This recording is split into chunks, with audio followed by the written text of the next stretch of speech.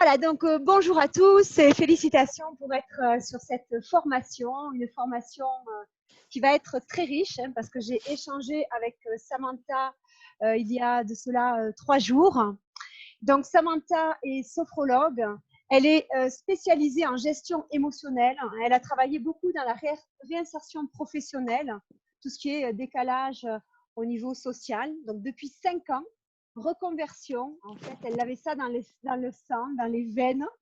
Voilà. Et comme elle a pu le dire juste avant, donc son but, c'est vraiment de transmettre un outil de façon effectivement à devenir autonome, d'améliorer sa communication avec les autres, de comprendre comment on fonctionne. Et ça va servir effectivement dans notre vie professionnelle et également dans notre vie personnelle. Voilà, Samantha. Et juste, ce que je voulais dire, c'est qu'elle fait également des coachings à distance.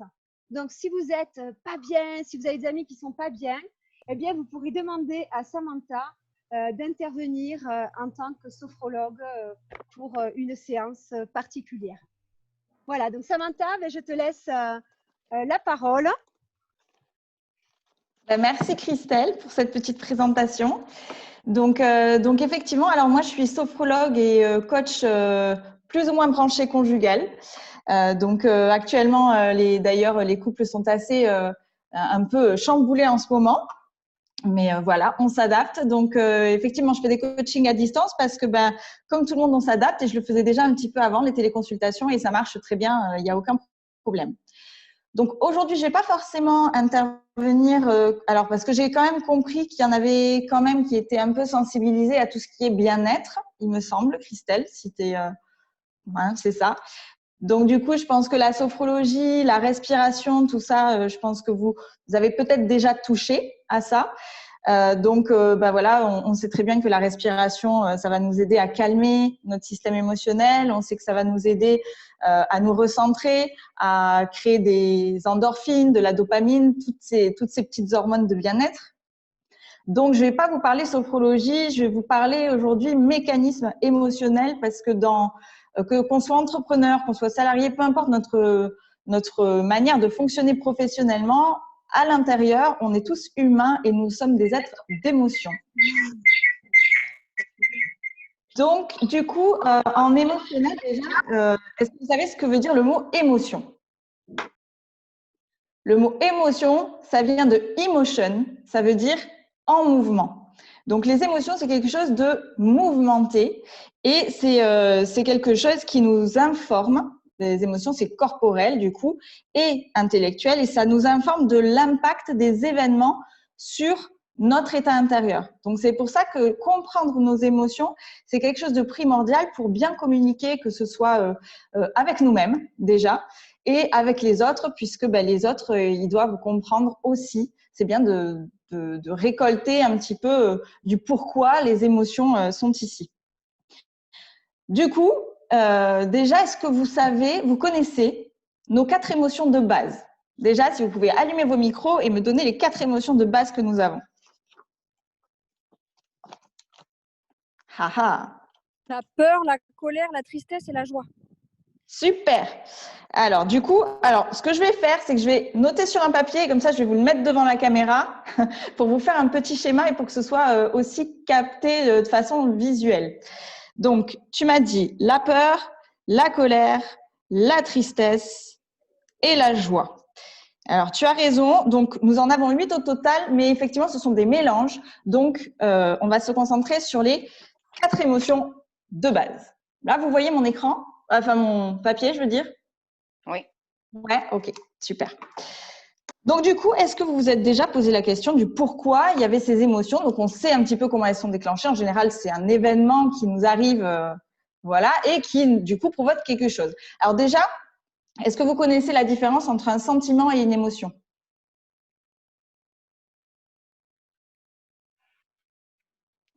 Non? Personne ne connaît la différence? Du coup, j'entends quelqu'un qui veut parler? La durée? Alors, pas tout à fait. Non, non, c'est pas sur une question de durée. Si tu veux, le sentiment, c'est quelque chose que tu ressens. Donc, en fait, c'est conscient. Alors que l'émotion, elle, en général, elle arrive dans le ventre en général. C'est une petite sensation corporelle qui nous arrive pam dessus. Et par conséquent, du coup, elle arrive de façon inconsciente. Donc, on ne peut pas contrôler une émotion. Donc ça, c'est très important. On ne va pas parler de contrôle d'émotion, on va parler de gestion émotionnelle. Puisque comme l'émotion est inconsciente, en fait, on ne peut pas la contrôler. Donc la différence entre l'émotion et le sentiment, c'est que le sentiment est conscient, l'émotion est inconsciente. Donc pas de contrôle. Par contre, est-ce que vous vous êtes déjà posé la question de pourquoi elles étaient là? Du coup, qu'est-ce qu'elles viennent dire? Qu'est-ce qui se passe? Roulement de tambour. Vous avez une idée de pourquoi elles sont là? Donnez des idées, hein. C'est pour nous open. alerter. Ouais, tout à fait, pour nous alerter. Pour nous alerter de quoi? Un danger. Alors ça, c'est pour la peur, par exemple. Donc du coup, ça veut dire que quelque part, il y a quelque chose qui se passe. Effectivement, c'est un radar. Hein. Un signal d'alerte. Ouais, c'est une alerte. Mais de quoi? Ça vient te signaler quelque chose. Ah. Une montée d'adrénaline. Alors ça, c'est l'hormone qui est créée. Effectivement, tu as raison quand tu as une émotion. En fait, chacune de nos émotions sont là pour nous indiquer que nous avons un besoin à nourrir. En fait, elles sont là pour nous dire tu as besoin de quelque chose. Donc, je vais marquer le mot besoin juste en haut parce que c'est ce qui va revenir le plus souvent. Donc, c'est le mot besoin. Donc, à votre avis, de quoi nous avons besoin lorsque on est triste? De réconfort. D'amour. Oui, c'est ça. Alors, j'ai entendu réconfort. Qu'est-ce qu'il y avait d'autre? D'amour. Ah, ça. Bonheur. De soutien. Alors, non. Imagine quand il y a un enfant qui pleure, la première chose qu'il fait. Il va vers sa maman. Ouais, parce qu'il veut du coup avoir un câlin. Affection. Donc, en fait, c'est d'être consolé, d'être réconforté, d'être câliné. Voilà, ce genre de choses. C'est d'être pris en charge, en tout cas, d'être Rassuré. Voilà, pris en charge. Alors, non, pas tout à fait. C'est consoler plutôt, réconforter. Donc, consoler, je vous les marque en face et comme ça, vous pourrez le voir de visu. Donc, consoler, réconforter et câliner, cajoler, ce genre de choses. À votre avis, de quoi a-t-on besoin lorsque on a peur? Je vous le note comme ça. Hein. Je vous fais un petit schéma. Être rassuré. Oui, c'est ça. La peur, c'est être rassuré. On a besoin d'être en sécurité. C'est émotion de sécurité. Et de quoi a-t-on besoin lorsqu'on est en colère?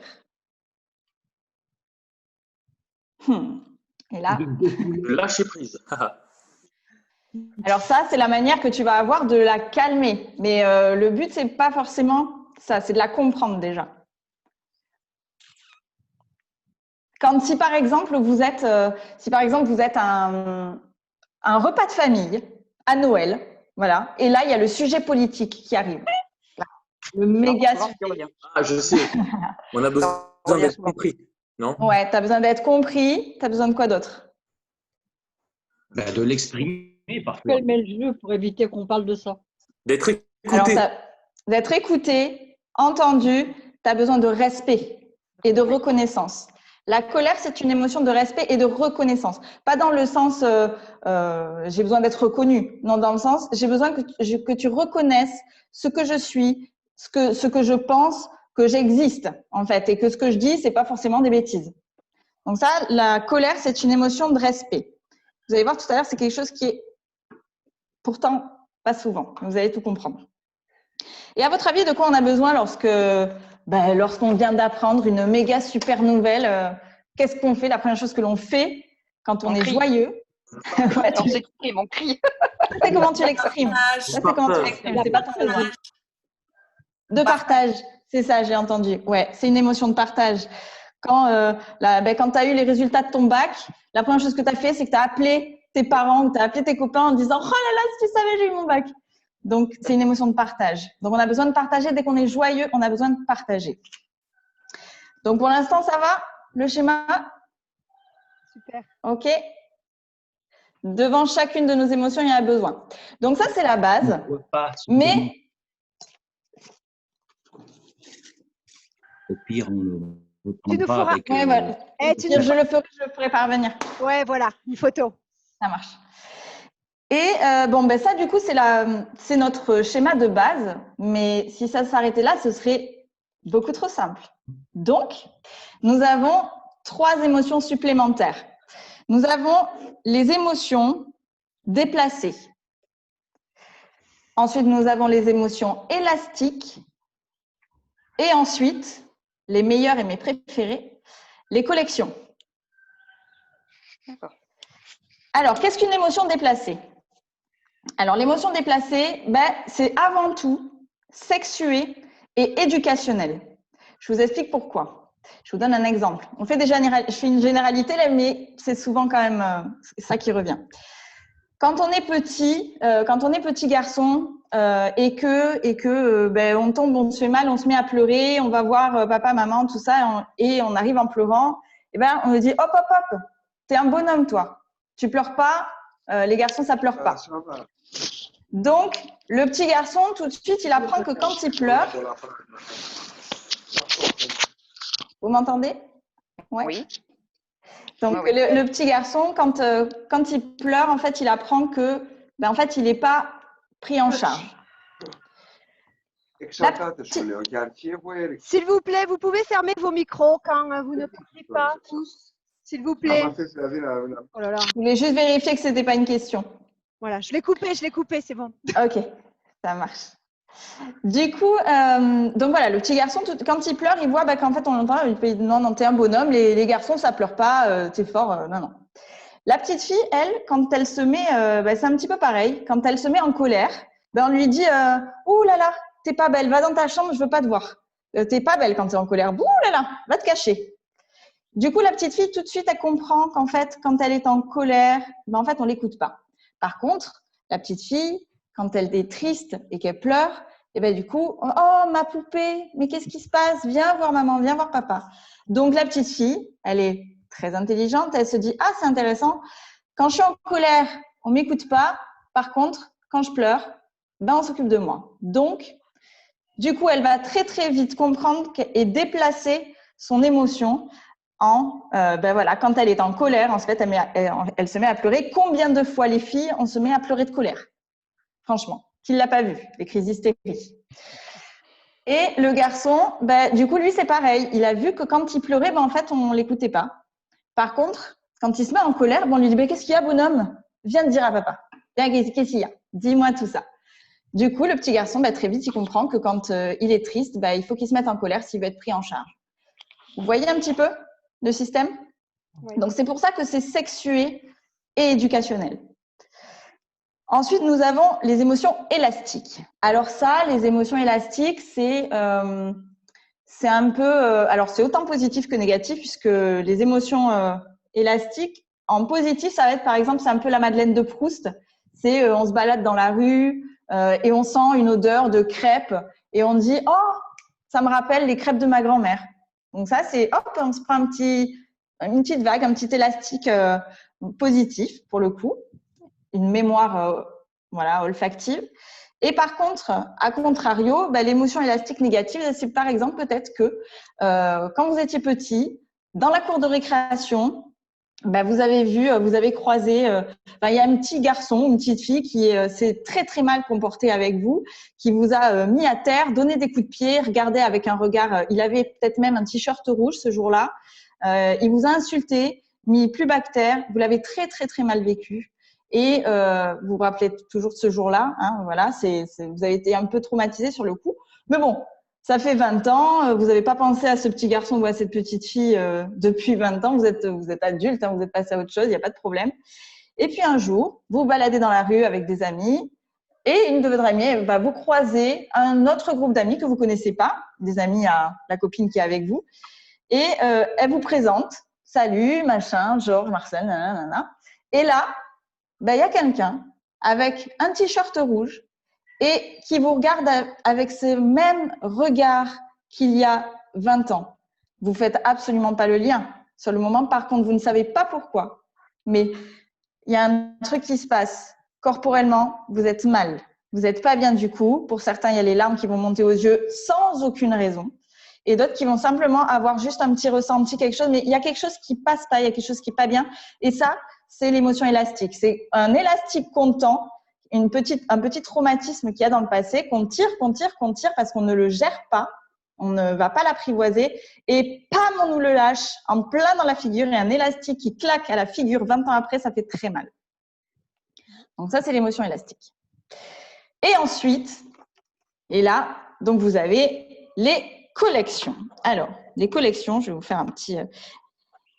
Vous avez tous des enfants? Pas forcément. Est-ce que vous avez tous déjà vu faire ou fait d'ailleurs la collection de cartes Panini, de cartes Pokémon, de cartes de chevaux, enfin tous ces trucs-là? Vous en avez déjà fait ou pas? Déjà vu? Oui. Super. Donc, merci. On le fait à la plongeur. Du coup, vous voyez, donc vous avez votre petit album avec des encarts pour mettre les photos, les cartes, et vous rangez les cartes une par une dans cet album. Ben là, c'est pareil. C'est « Mon Dieu, je suis en colère ». Mais, hop, je fais un petit carré pour représenter une carte, mais je souffle. C'est bon, ça va passer. Je suis triste, mais je suis forte, donc je ne vais pas pleurer. J'ai peur, mais non, je ne vais pas montrer ça.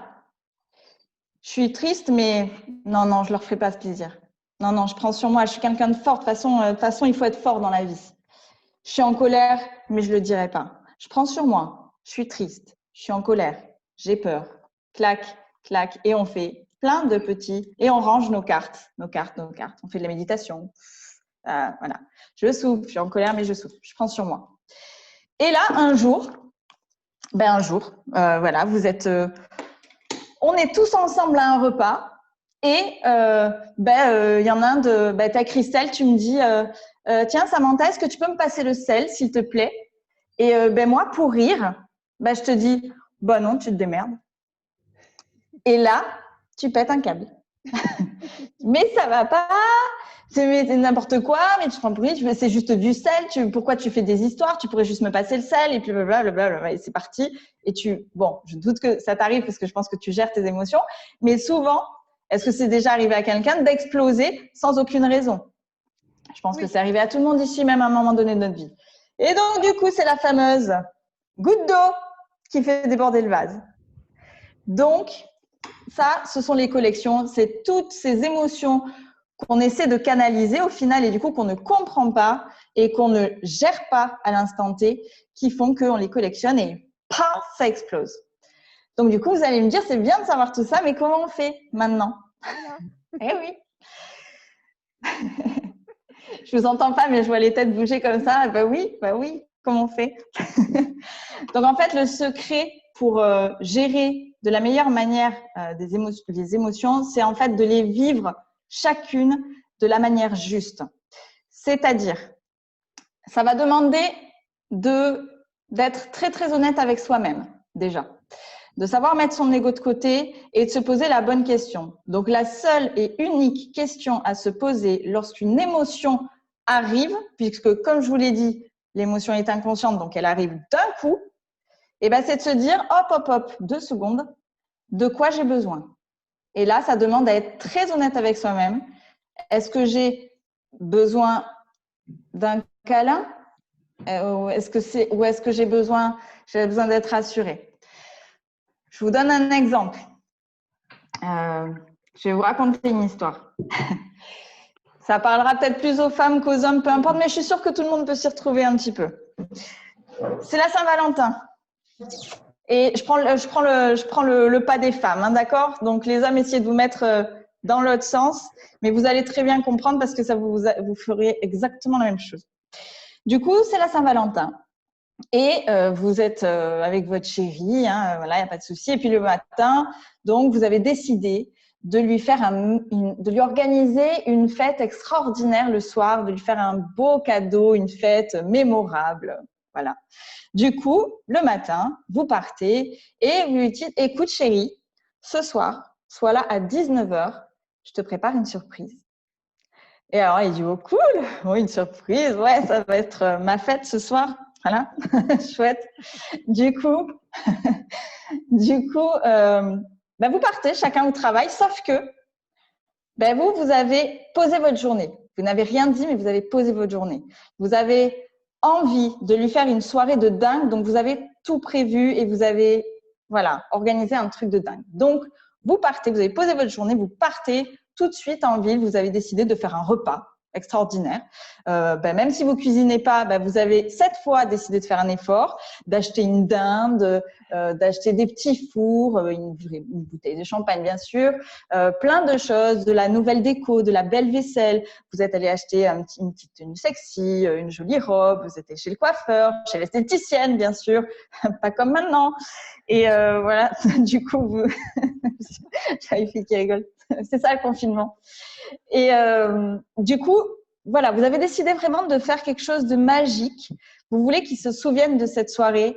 Ça, voilà, vous avez envie de faire plaisir à votre chérie. Et voilà, c'est une belle soirée qui se prépare. Donc, vous rentrez vite. Il arrive à 19h. Donc, ça veut dire que vous allez passer à table à 20h. Ça veut dire que la dinde, elle a à peu près 2h30 de cuisson. Donc, ça veut dire qu'il faut la mettre au four à 17h30 pour qu'à 20h, elle soit parfaite, dégustée, parce que de 19 à 20h, vous allez prendre l'apéritif avec le champagne et les petits fours. Donc, vous avez tout organisé au millimètre près. Vous faites la déco, la nouvelle vaisselle, vous mettez de la déco partout. Trop bien. Voilà, tout est prêt. 19h moins 5, vous êtes fait belle, hein. Bien sûr, vous êtes maquillée, coiffée, tout ça, la douche, le truc. Voilà, vous êtes parfumée, tout est nickel. 19h moins 5, vous êtes comme ça. Vous attendez qu'il passe la porte. Et 19h05, personne. 19h15, personne. Bon, c'est pas grave, c'est le quart d'heure toulousain. 19h30, toujours personne. Donc là, vous commencez un petit peu à vous inquiéter. Bon, 19h45, toujours personne. Vous envoyez un petit texto. Tu es où? Pas de réponse. 20h, toujours personne. Donc là, vous appelez. Ça répond pas. Enfin, ça sonne. Non, ça direct sur répondeur. Donc là, vous inquiétez un petit peu. 20h15, vous rappelez. Ça sonne. Donc là, ça commence un peu à… OK. 20h30 personnes. Donc là, ça commence un petit peu à monter. Hein. Surtout que la dinde est en train de cramer. Donc là, ça casse un peu les pieds.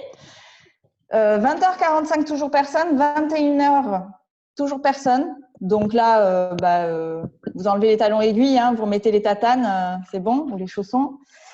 21h45, toujours personne. Donc là, c'est bon, hein, vous avez éteint le four, le champagne, on l'a remis au frais.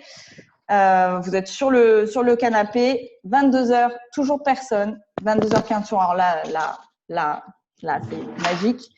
22h30, il arrive, ou elle arrive, avec un bouquet de fleurs magnifique, la bouche en cœur. Coucou chérie, je suis là. Et là, vous l'accueillez comme il se doit. Tu te fiches de moi ou quoi? T'as vu l'heure qu'il est? Tu te fiches vraiment de moi. Tu faisais quoi? T'étais où? Avec qui? Tu te fiches de moi. Vraiment, mais un manque de respect de dingue, tu te rends pas compte. Ça fait 3 heures que je t'attends. J'avais tout préparé. Regarde ce que j'ai fait. J'ai fait ci, j'ai fait ça. Regarde comment ça fait 3 heures que je t'attends. Et tu me fais ça, t'oses faire ça le soir de la Saint-Valentin. Voilà, vous l'accueillez comme il se doit. Donc, du coup, vous l'accueillez avec, du coup, de la colère. Donc, ce qui veut dire que le besoin, c'est du respect. Sauf que, en fait, si on est honnête avec soi-même et qu'on regarde les choses en face, c'est peut-être pas exactement ça qui s'est passé. Donc, on va le faire, on refait l'histoire. Donc, 19h30, voilà, il arrive, donc le quart d'heure toulousain, on le passe. 19h45, du coup, vous dites, écoute, je m'inquiète un peu, j'espère qu'il n'a pas eu d'accident. Donc, à ce moment-là, vous avez besoin d'être rassuré qu'il n'a pas eu d'accident. Donc, on est sur de la peur. Peut-être que après, vous êtes dit, il a oublié la Saint-Valentin. La tristesse. Il m'a oublié à moi. Tristesse. Mais peut-être qu'il est avec une femme. S'il est avec une femme, ça veut dire que peut-être Peut-être qu'il va me quitter. Du coup, j'ai peur. J'ai pas envie d'être seule, je l'aime trop, etc. Et en fait, on vacille. En fait, en très, très peu de temps, entre tristesse et peur, etc. On vacille. À aucun moment, on est dans la colère. Sauf que, quand il arrive, comme on a passé de multiples émotions très, très, très rapidement, ben, on a collectionné. Et du coup, ben, quand il arrive, ben, c'est la goutte d'eau, parce qu'en plus, il arrive un bouquet de fleurs, il ne faut pas se moquer. Un foutage de gueule, pardon. Du coup, eh ben, ça explose. Et du coup, c'est comme si à ce moment-là, vous lui hurliez « J'ai besoin d'être rassuré, j'ai besoin d'être réconforté », mais en fait, vous lui hurlez dessus. Donc, dites à quelqu'un « Fais-moi un câlin !» Ça marche pas. Hein. Il va pas vous faire de câlin. Ça, c'est mort. Par contre, admettons que ça y est, donc on a fait… voilà, vous avez bien géré, bien appris la gestion des émotions, vous avez bien capté ce schéma magique. Et là, bah, du coup, on refait l'histoire. Du coup, il arrive. Et là, bah, vous lui dites tout de suite, « Mon Dieu, mais chérie, j'ai eu tellement peur que tu aies eu un accident. » Qu'est-ce qu'il fait? « Mais non, mais ne t'inquiète pas. J'ai pas eu d'accident, j'ai oublié mon téléphone, peu importe. » Et hop, il prend en charge l'émotion. Chérie, j'ai cru que tu m'avais oublié. J'étais tellement triste. Mais non, je t'ai pas oublié. Chérie, j'ai cru que tu étais avec une autre femme pour la Saint-Valentin. J'ai pas envie que tu me quittes. Je t'aime tellement, je veux pas que tu me quittes. J'ai peur. Mais jamais de la vie. Je te quitterai pas. C'est pas ça. Et hop, chacune des émotions est désamorcée et prise en charge. Du coup, devinez quoi? Pas de collection, pas de colère et pas d'explosion. Donc, c'est ça la gestion des émotions. Ça sert à vraiment prendre du recul parce que du coup, on a compris, mais ça demande effectivement cet effort, c'est d'être honnête avec soi-même. Je vous donne un exemple, un autre exemple que les parents vont comprendre et ça m'est arrivé, hein, donc maintenant, je maîtrise complètement. Par contre, avant, je maîtrisais pas. Et ça m'est arrivé quand j'étais… donc, vous avez un enfant de 2 ans, là, vous allez vous promener en ville et puis vous lui tenez la main et puis d'un coup, il vous lâche la main, il part en courant. Et là, et moi je m'en rappelle très bien de ce jour-là, hein, c'est-à-dire que vous voyez votre enfant qui passe comme ça et vous voyez la voiture qui arrive comme ça et tac, tac, tac, tac, là franchement, vous dites ça y est, c'est fini, il va être percuté, c'est fini. Vous lui courez après, mais en hurlant, mon Dieu, mon fils, vous l'attrapez parce que par miracle, il s'est pas fait tamponner. Vous l'attrapez, vous lui hurlez dessus, plus jamais tu me lâches la main. Et donc, en fait, il peut pas comprendre parce que, en fait, ce dont vous avez besoin, c'est qu'il soit en sécurité dans vos bras. Et vous n'avez pas besoin de respect. Votre enfant, à aucun moment, il vous a manqué de respect. Il lui sait pas, il n'est pas conscient. À aucun moment, vous aviez besoin de respect. C'est juste que vous aviez besoin vous-même de sécurité, mais comme vous avez eu très très peur et que vous connaissez on vous a appris le déplacement des émotions et on vous a appris à collectionner, bah, du coup, forcément, vous réagissez avec de la colère parce que c'est la plus simple, celle-ci, en collection. Vous comprenez un peu le système? Oui. Ouais. Est-ce que vous avez des questions? C'est le moment. Alors, il faut savoir que, quand même, très important. Il faut savoir que quand on a bien maîtrisé ce mécanisme, il faut savoir que déjà, 99% des gens, si vous leur demandez de nourrir votre besoin, c'est-à-dire si vous dites, écoutez, si par exemple, moi, je ne vous connais pas forcément, mais que Christelle, tu me disais, écoute, Samantha, je suis vraiment pas bien. Est-ce que tu peux me prendre dans tes bras 5 minutes? J'ai vraiment besoin de réconfort, je suis vraiment pas bien. 99% de chances que je te prenne dans mes bras et que je nourrisse ton besoin parce que tu m'as demandé et que c'était le bon besoin. Par contre, si tu m'avais hurlé dessus en me disant « j'ai besoin d'un câlin », ça n'aurait pas été peut-être la même chose. Mais voilà, 99% du temps, quand vous exprimez le bon besoin de la bonne manière à la personne, il y a 99% de chances qu'elle réponde à votre besoin. Par contre, si elle ne répond pas à ce besoin-là et qu'il est bien exprimé et que c'est le bon besoin, surtout, c'est de la malveillance et ça ne nous appartient pas. Donc, ça permet de nous détacher parce qu'il faut savoir que les gens se démerdent aussi avec ce schéma-là, ce schéma interne, les émotions déplacées, etc. Donc, ça permet de comprendre aussi que les autres fonctionne avec des émotions, ces émotions-là. Et quand on les comprend, du coup, c'est beaucoup plus simple de se détacher, de se dire non, mais ça m'appartient pas. Donc, je peux mieux le gérer. Dans le cadre professionnel, je vous donne un exemple parce que du coup, on est quand même entrepreneur et pour certains chefs d'entreprise, etc. Et je vais vous donner l'exemple de quelqu'un que j'ai eu en cabinet qui était un jeune homme de 26 ans. Donc, voilà, en pleine possession de ses émotions, de ses moyens, voilà. Et ça faisait… donc, il vient me voir parce qu'il est en difficulté relationnelle avec son responsable, avec donc le chef de l'agence, enfin, carrément le patron, on va dire. Hein, voilà. Et du coup, le patron s'énerve énormément en ce moment et il comprend pas. Ouais, il me gueule dessus. Oui, il est comme ci, il est comme ça. C'est sa faute si ça, c'est sa faute si ça. J'ai OK. Donc, on travaille le schéma des émotions, on désamorce. Donc, il comprend un petit peu le système. Et je dis, bon, du coup, est-ce que tu as essayé de savoir de quoi il avait besoin lui? Parce que ça aide à ça aussi, le schéma des émotions, c'est que vous pouvez aider les gens.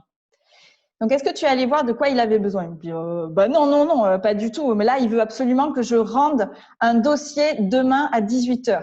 J'ai pas 4 bras, je peux pas rendre le dossier, c'est impossible. Je dis, OK. Et qu'est-ce qui se passe en toi? Il me dit, non, mais c'est pas juste, c'est pas juste. Je fais, est-ce que tu es sûr que c'est la blessure de la justice, là? Parce que, est-ce que tu es sûr de ça? Il me dit, je dis, mais qu'est-ce qui se passe, en fait, si tu rends pas ce dossier? Il me dit, je sais pas, s'il faut, je vais être viré.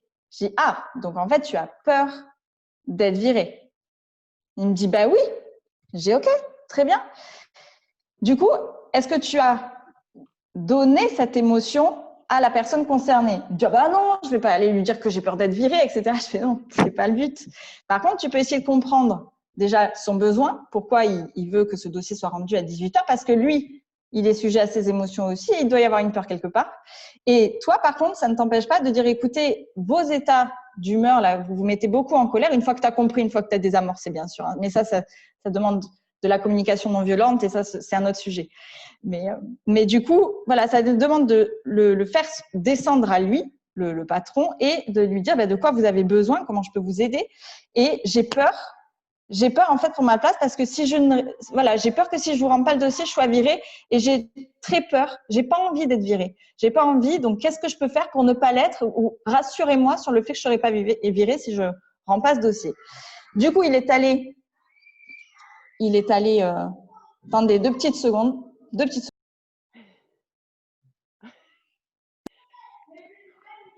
Donc du coup, il est. Excusez-moi, j'ai des enfants qui hurlent à la maison.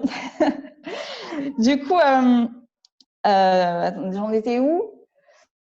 Oui, donc du coup, il va voir son patron et il lui dit, écoutez, vraiment, je peux pas rendre le dossier à 18h. Je suis, je fais mon maximum tout ça et puis voilà, enfin, vous nous criez beaucoup dessus en ce moment. Qu'est-ce que je peux faire? J'aimerais que ça se passe pas comme ça. J'ai très peur au final d'être virée si je vous rends pas ce dossier, etc.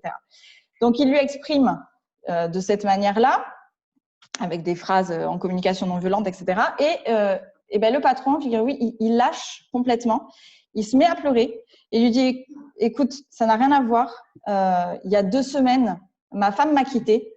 En fait, tout ce qui me reste, c'est mon entreprise. Et si je perds mon entreprise, là, ouais, je risque de vous mettre en danger. Donc oui, j'ai peur de perdre mon entreprise et c'est la seule chose qui me maintient en vie. Donc là, il a compris tout de suite qu'en fait, il n'était pas concerné par les émotions de son patron. Son patron essayait de gérer son état émotionnel et il lui a dit, OK, alors comment je peux vous aider? C'est quoi l'urgence? Il a dit, en fait, je te demande de rendre ce dossier à 18h. Bien sûr que tu ne seras pas viré. Mais je vous demande de rendre ce dossier à 18h parce que j'ai pas envie de me polluer l'esprit avec vous demander à tous. On connaît ça avec les enfants, hein, en télétravail, hein, ceux qui ont des enfants en bas âge. Moi, je l'ai vécu des tas de fois. Je suis désolée. Là, il y a un petit truc à délier. Petite émotion à délier entre frères. Du coup, voilà, il lui dit, voilà, en fait, j'ai pas besoin que ce dossier soit rendu à 18h. Par contre, j'ai besoin que tout le monde ait rendu ces dossiers à la fin de la semaine parce que si je rends pas ces dossiers à la fin de la semaine, là, je peux perdre mon entreprise. Et je peux pas me permettre de perdre mon entreprise parce que sinon, je perds pied. Du coup, il a dit, OK, faites-moi confiance, je m'occupe de récupérer tous les dossiers pour vendredi soir. Vous ne les aurez pas mardi comme prévu, mais par contre, vous les aurez vendredi. Je m'en occupe. Occupez-vous de ce qui est urgent pour vous. Je m'occupe de ces dossiers. Ben, non seulement il est monté en grade, parce qu'en plus, il a pris la responsabilité de ça, et le patron lui en a été extrêmement reconnaissant d'avoir répondu à son besoin. C'est exactement comme s'il lui avait demandé « Est-ce que vous avez besoin d'un verre d'eau ?» alors qu'il était mort de soif. En fait, c'est ça la gestion émotionnelle, c'est de comprendre ce qui se passe en nous, notre peur véritable, parce que souvent c'est la peur qui est touchée. Et comme ça nous permet de voir la personne et de nourrir son besoin à elle aussi. Et par conséquent, tout le monde se porte très bien. Donc ça marche autant dans le milieu professionnel que dans le milieu personnel. C'est un outil qui est magique. Après, quand on le lie à la communication non violente, là, on fait des miracles, bien sûr. Donc, alors, sachez que vous avez le droit, est-ce que vous savez combien d'émotions on a par jour? Non. À peu près. Une dizaine? Une trentaine? Non, on en a plus de 450 par jour. Donc, ça vous fait 450 opportunités de repérer votre émotion. Donc, le seul moyen de gérer ces émotions, c'est de se poser une seule question, c'est de quoi j'ai besoin. Quand vous répondez à cette question, vous repérez l'émotion. Parce que si vous dites quelle est l'émotion que je ressens, ça ne marche pas puisque vous déplacez, puisque vous collectionnez, puisque vous élastiquez. Donc, ça ne marche pas. Par contre, de quoi j'ai besoin, et ça demande à être vraiment honnête avec soi-même, et là, ça fonctionne. Et vous avez le droit de dire « Ok, alors là, tu viens de m'envoyer un truc. Ok, je ne suis pas tout à fait OK avec ce que je ressens parce que c'est difficile de mettre son ego de côté et de répondre tout de suite à l'émotion que l'on ressent. C'est très difficile. Donc, du coup, c'est de se dire « Ok, donc là, je ne suis pas tout à fait… Ok, donc je reviens vers toi. » Et on a tout à fait le droit de revenir plus tard, de prendre un temps pour soi, 5 minutes, 10 minutes, 3 jours, et de revenir et de dire les bonnes choses. Parce que, alors moi, au départ, franchement, ça m'a mis à peu près 1 an pour apprendre ça et le maîtriser. Au départ, je mettais facilement 2-3 jours. Puis en plus, j'étais en lutte contre moi-même. J'ai dit non, en fait, je suis en colère. Non, en fait, purée, en fait, tu as besoin d'être rassuré. Quelquefois, ça met les nerfs de vouloir être rassuré alors que, en fait, on est très en colère, c'est du manque de respect. Mais non, en fait, tu as juste besoin d'être rassuré sur le truc. Donc, ça demande de mettre son ego de côté et de revenir et de dire les bonnes choses. Et maintenant, moi, en tout cas, pour ma part, parce que je l'ai vraiment bien appliqué, je l'ai travaillé en prenant cette habitude de me dire, attends, de quoi j'ai besoin, je le fais en 0,2 secondes maintenant. Je sais exactement de quoi j'ai besoin. Et ça, c'est magique. Parce que du coup, tu ne te trompes pas. Et du coup, tu désamorces. Il faut savoir qu'en plus, n'importe quelle collection que vous avez fait dans le passé ou que vous faites encore est désamorçable. N'importe laquelle avec ce schéma-là. On peut aller dire, voilà, s'il y a une dispute à un moment donné avec quelqu'un, on peut tout à fait venir et dire, bon, écoute, à ce moment-là, c'est de ça dont j'avais besoin et pas réellement de ce que je t'ai demandé. Et là, ça désamorce. Vous écoutez vos besoins, vous nourrissez le besoin de l'autre parce que souvent, c'est le même. Et tout va bien. Donc, voilà un petit peu pour le schéma des émotions. Est-ce que vous avez des questions? Et si j'ai besoin d'un câlin et qu'il n'y a personne pour m'en faire, comment je fais?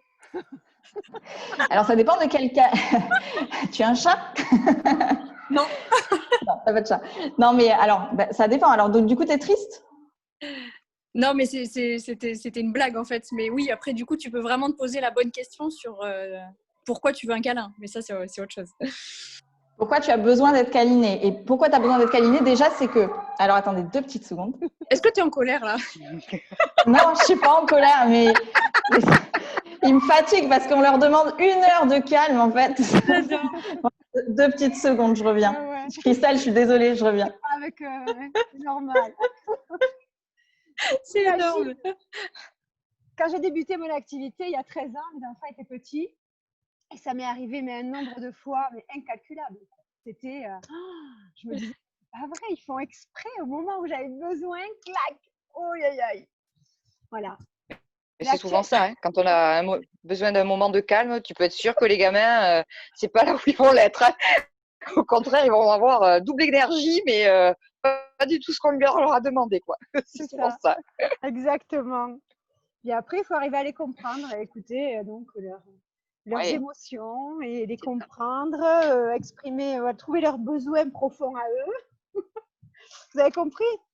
Hein, ça demande du travail, tout Oui, tout à fait. ça. Ouais. C'est ça. Excusez-moi, il s'était fait mal.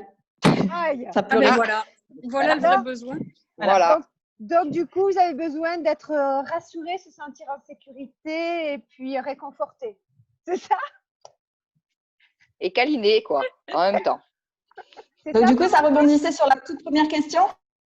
Oui, c'était une question que je me posais. Non, mais après, par exemple, les gens, un besoin d'amour ou un besoin de… Est-ce que ça rejoint le besoin d'être réconforté, consolé? C'est un besoin à part? Alors ça, c'est autre chose parce que tu as besoin de contact.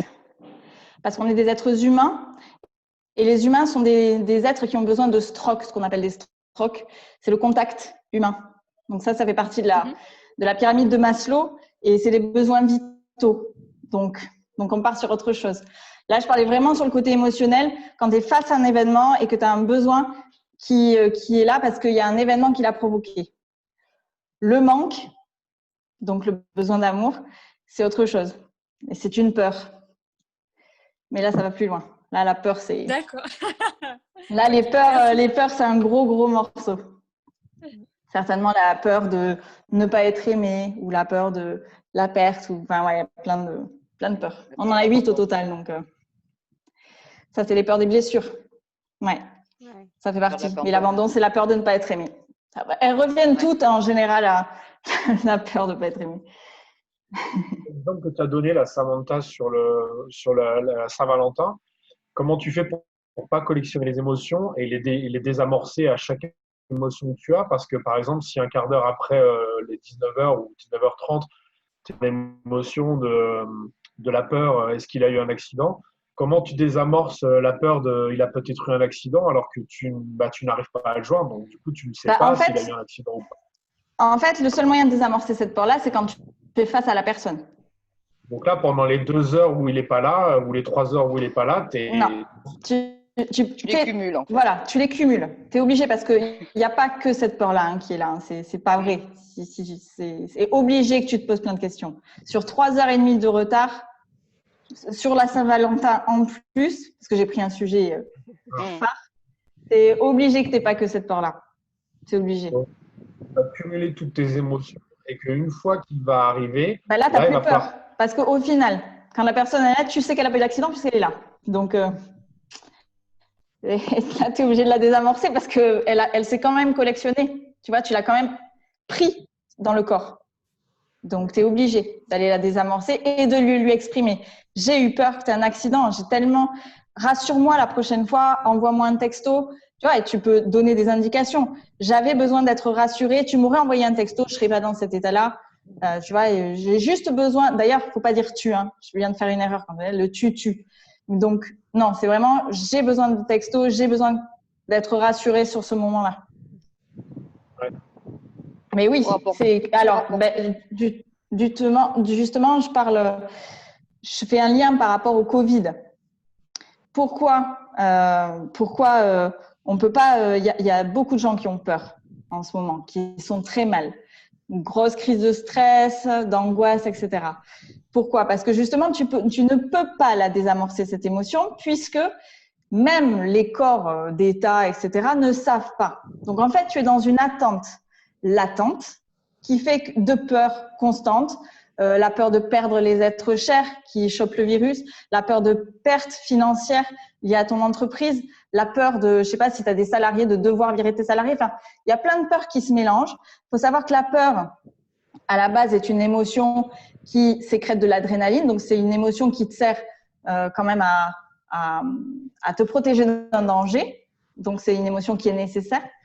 Mais par contre, à forte dose, enfin à petite dose, mais sur le long terme, ça se transforme en cortisol et le cortisol, lui, est un poison pour le corps. Donc, du coup, ça te fout en l'air intérieurement. Et du coup, attention au stress post-traumatique. Je vais vous donner quand même autre chose, une petite clé que j'aime bien sur l'émotion. C'est les émotions, en fait, c'est comme, imaginons que vous êtes une voiture. Je fais une petite métaphore. Imaginons que vous êtes une voiture. Donc, la voiture, pour avancer, ben, elle a besoin de carburant. Le carburant, ça va être la joie. Parce que c'est pour ça qu'il n'y a aucune émotion positive ou négative. Elles sont toutes utiles et on en a toutes besoin pour avancer. On ne peut pas en supprimer. Ensuite, pour faire avancer la voiture, ben, il va falloir… donc, il faut du carburant. Donc, ça, c'est la joie. Il va falloir quand même un frein pour pouvoir vous protéger du danger, de l'accident, d'un obstacle. Donc, du coup, le frein, c'est la peur. Donc, utile ou pas? Oui, très utile, le frein. La tristesse, ça va être l'embrayage. C'est ce qui va mettre un petit peu de douceur, d'acceptation, de médiation. Donc, l'embrayage est très nécessaire et utile puisque tu ne peux pas ni avancer ni reculer sans embrayage. Donc, tu peux ni accepter le passé, ni avancer dans le futur. Tristesse, très utile. Et la dernière, du coup, c'était la colère. Et la colère, c'est l'accélérateur. C'est quand tu es en colère que tu prends une décision. Ouais, que tu fonces.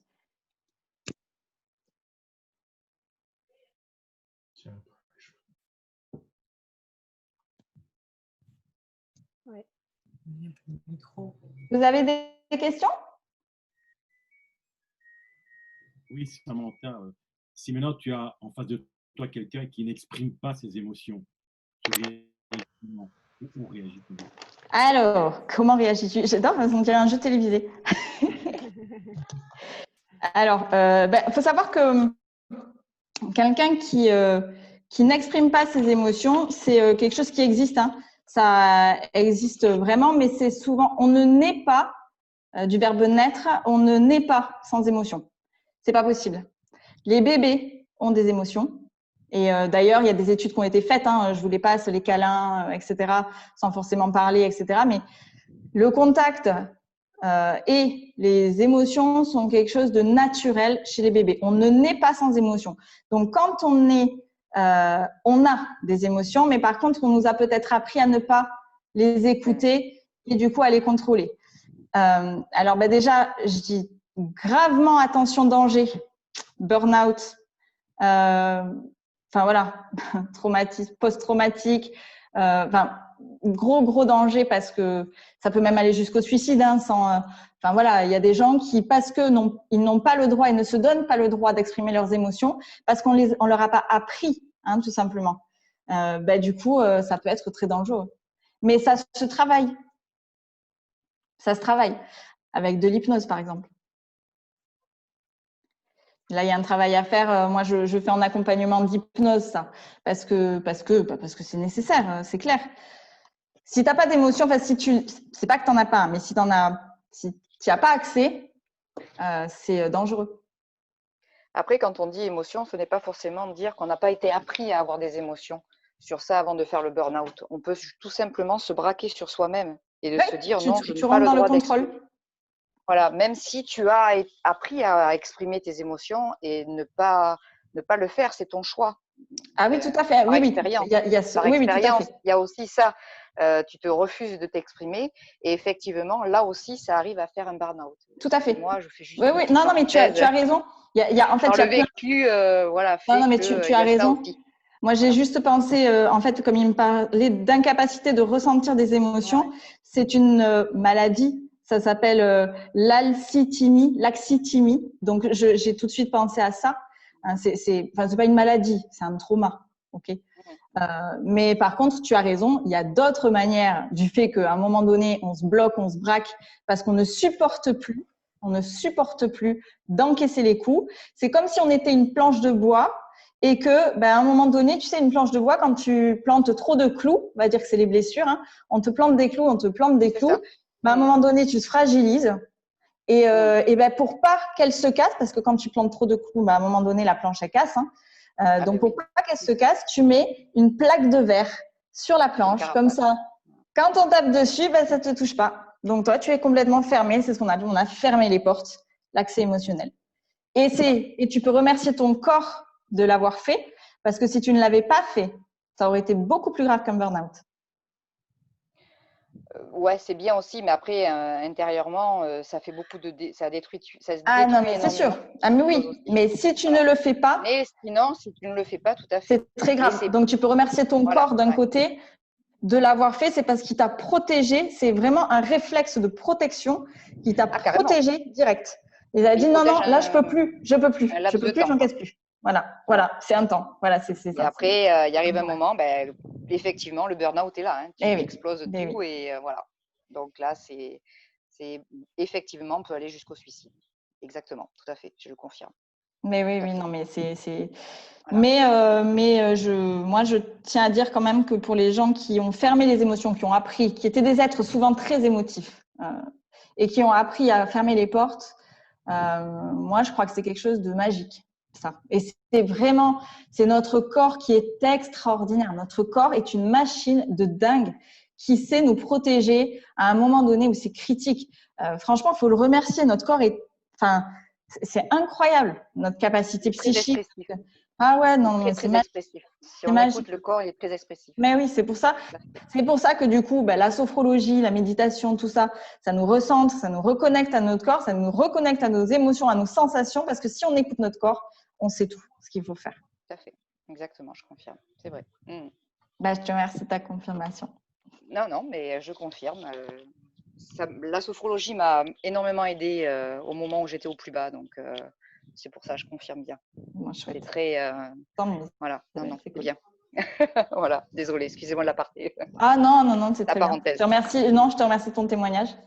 Non, voilà, c'est très très bien. Voilà, la sophrologie, allez-y, quand ça va pas, c'est très très bien. C'est même mieux qu'un psychiatre ou un psychologue. Je ne sais pas si, Samantha, tu as sur YouTube des sophrologies enregistrées que les gens peuvent suivre déjà pour découvrir peut-être, non? Je ne sais pas. Je pose la question. Alors, pas encore pour l'instant. Alors, j'ai une chaîne YouTube à laquelle, si vous voulez vous abonner, je veux bien. Elle est vraiment en cours. Donc, il n'y a que quelques vidéos il y a un challenge confiance en soi sur 21 jours. Il y a quelques vidéos. Là, j'ai fait une vidéo pour les enfants, de la sophrologie pour enfants pendant la période du Covid. Il y a l'alignement personnel. Il y a quelques vidéos, mais c'est en cours. Là, je travaille dessus et je vais mettre en place là dans les 3 prochains mois parce que ça demande grave du boulot. Et moi, je remercie ce confinement parce que ça me permet de le faire, de mettre en place une véritable formation de A à Z pour rendre les personnes autonomes. Donc, il y aura des enregistrements, il y aura des exercices, ça va être vraiment complet. Je veux vraiment donner ça parce que si on nous donnait ça, on ne perdrait pas autant de temps.